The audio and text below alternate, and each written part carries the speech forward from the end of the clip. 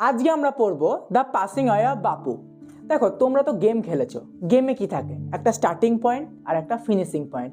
মধ্যে অনেক level 1, level 2, level 3 থাকে। তোমাদের মাধ্যমিকটাও একটা গেম। এর গেমে লেভেল 1, লেভেল 2 কি? লেভেল 1 হচ্ছে father self, level 2 fable, level 3 passing away of বাপু। এই যে তারপরেই টেক্সট কমপ্লিট করেই রয়েছে গ্রামার, তারপরেই রয়েছে রাইটিং। তুমি যদি প্রতিটা লেভেল কমপ্লিট করো তাহলে তুমি একদিন তোমার স্বপ্ন পূরণ করে ফেলবে, অর্থাৎ ফিনিশিং পয়েন্ট, মাধ্যমিকে ইংলিশে ভালো রেজাল্ট করবে। তাহলে এই যে ভালো রেজাল্ট করার জন্য তোমাকে আজকের এই ভিডিওটা পুরোপুরি দেখতে হবে। আর তুমি যদি মধ্যে ভিডিওটা ছেড়ে দাও, কি হবে? লেভেলে যেটা হয় অ্যাজ ইউজুয়াল তুমি ফেল করবে। তাহলে দেখো, আজকের ভিডিওটা একটু বড় হবে। এবার দেখো, কথাতেই রয়েছে সবুরে মেওয়া ফলে। তাহলে চলো এই ভিডিওটা পুরোপুরি দেখো।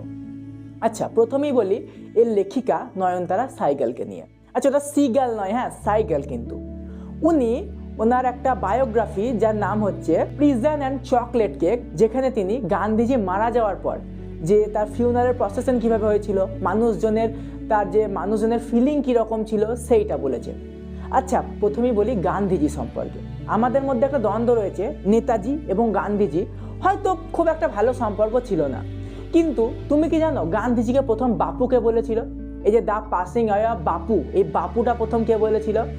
এই বাপুটা প্রথম গান্ধীজিকে অ্যাড্রেস করেছিল নেতাজি সুভাষচন্দ্র বোস। কারণ তাকে ফাদার অফ নেশন বোঝাতে এই বাপুটা বলা হয়েছিল, অর্থাৎ জাতির পিতা। এছাড়াও গান্ধীজি আমাদের ভারতের যে স্বাধীনতা সংগ্রাম, সেখানে অনেক অবদান রেখেছেন। এছাড়াও গান্ধীজির মধ্যে আমরা দুটো জিনিস যা দেখতে পাই। প্রথমটা হচ্ছে উদারতা, আর দ্বিতীয়টা হচ্ছে কিভাবে খুব সামান্য কথার মাধ্যমেই একটা বড় পরিমাণ সমস্যাকে সমাধান করা যায়। কোনো রকম রাগ, হিংসা, বিদ্বেষ না দেখেই বড় সমস্যাগুলো সমাধান করা যায়, কিভাবে একটা জাতির ওপর প্রভাব বিস্তার করা যায়। এই জিনিসগুলো আমরা গান্ধীজির কাছ থেকে সহজেই শিখতে পাই।